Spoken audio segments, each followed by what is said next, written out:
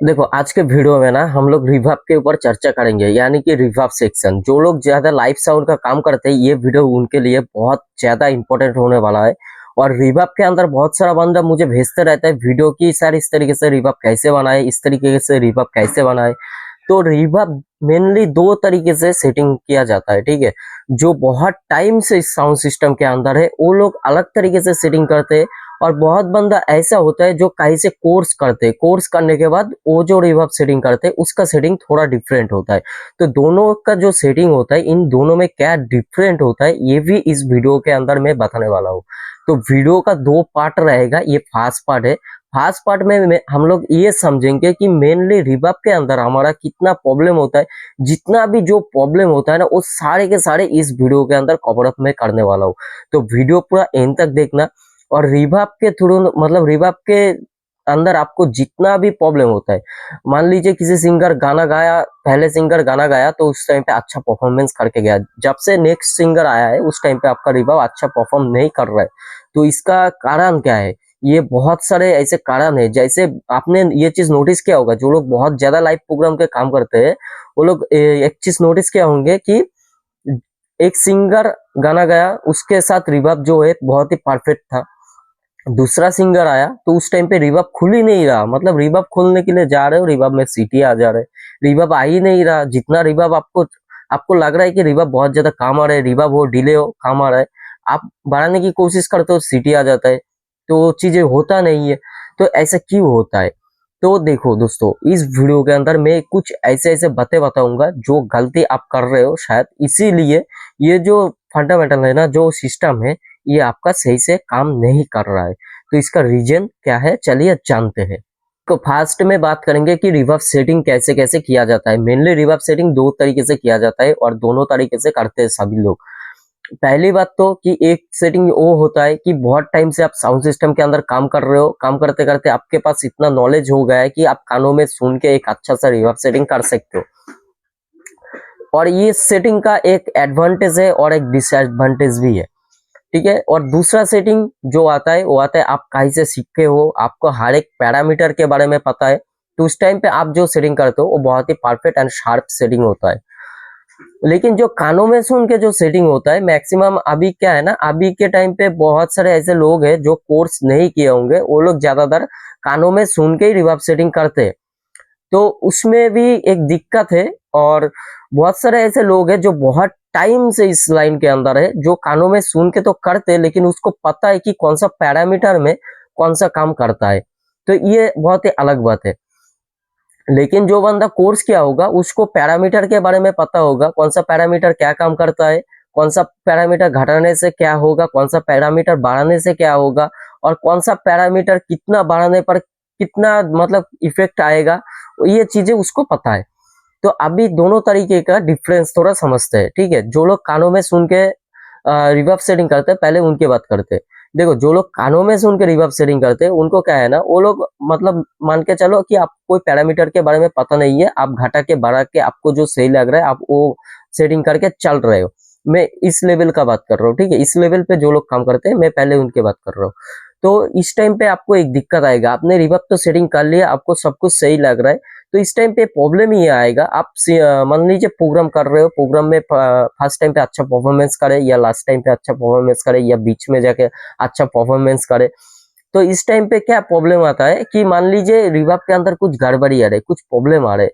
तो ये जो लोग होता है ना, इनका दिक्कत इस जगह पर आता है कि उनको ये चीजें पता नहीं, रिवर्ब के अंदर एक दो पैरामीटर नहीं होता है, मिक्सर में रिवर्ब दिया होता है वो अलग बात है, ठीक है। लेकिन अगर एक्चुअल में एक रिवर्ब सेटिंग करने जाओगे ना तो उसके अंदर कम से कम 8 से 9 पैरामीटर मिलता है। तो उस पैरामीटर के अंदर अगर आपको पता नहीं है कि कौन सा पैरामीटर घटाने बढ़ाने से क्या होगा, आप तो कानों में सुन के आपको जो सही लगा वो कर लिया। लेकिन दिक्कत क्या आएगा, दिक्कत ये आएगा कि उस टाइम पे आप जो सेटिंग किए हो, अगर आपको कुछ भी चीज घटाने की या बढ़ाने की जरूरत पड़ रहा है, या फिर मान के चलो आपका रिवर्ब खुल के नहीं आ रहा है, बहुत ज्यादा हॉल हो जा रहा है, मतलब कुछ प्रॉब्लम हो रहा है, तो आप इजीली पकड़ नहीं पाओगे उस चीज को, और इजीली आप सॉल्यूशन नहीं कर पाओगे, ठीक है। ये दिक्कत आपके साथ आएगा। तो आपको क्या है ना, आपको थोड़ा टाइम लग जाएगा, इसमें बहुत ही ज्यादा टाइम लग जाएगा। बहुत सारे लोग ऐसे होते हैं कि मैं को देखा हूँ कि पहले टाइम पे जब स्टार्टिंग होता है तब मान के चलिए 2-3 गाना तो उनका सही से वर्क नहीं करता, लेकिन धीरे धीरे सही कर लेते हैं, ठीक है, वो इस कैटेगरी में आता है। लेकिन और एक कैटेगरी है जो कानों में सुन के करते हैं, उनको पैरामीटर के बारे में पता है, कौन सा पैरामीटर कहाँ पर लगेगा, कौन सा पैरामीटर में कितना चेंजेस करना पड़ेगा, ठीक है, ये चीजें उनको पता है। वो लोग क्या है ना, बहुत टाइम से इस फील्ड के अंदर है, बहुत टाइम से वो लोग इस चीज को एनालाइज कर रहे हैं, तो उनके पास ये चीजें पता है। तो लोग क्या करते हैं ना, वो लोग फटाफट जल्दी जल्दी कर लेते हैं, ठीक है, लेकिन फिर भी कई बार ऐसा होता है कि सिंगर गाना गा रहे हैं, उसके गले के साथ मैच नहीं कर रहे रिवर्ब, उसके साथ ये मैच नहीं हो रहा है, तो ये प्रॉब्लम होता है रिवर्ब के अंदर। कुछ पैरामीटर ऐसा होता है, ठीक है, कौन सा पैरामीटर किस टाइम पे कम करना है, कौन सा पैरामीटर किसके लिए ज्यादा करना है, किस वोकल के लिए कौन सा पैरामीटर को थोड़ा कम ज्यादा करना है, ये होता है एक्सपीरियंस।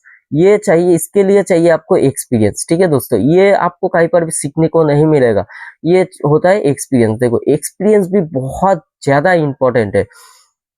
तो जब सिंगर गाना गा रहे हैं जिसके गले में बहुत ज्यादा रिवर्ब चाहिए होगा, उस टाइम पे आप उसको मेकअप कैसे करोगे? ओनली रिवर्ब से आप मेकअप नहीं कर सकते हो, उसके साथ आपको हल्का डिले भी पंच करना पड़ेगा।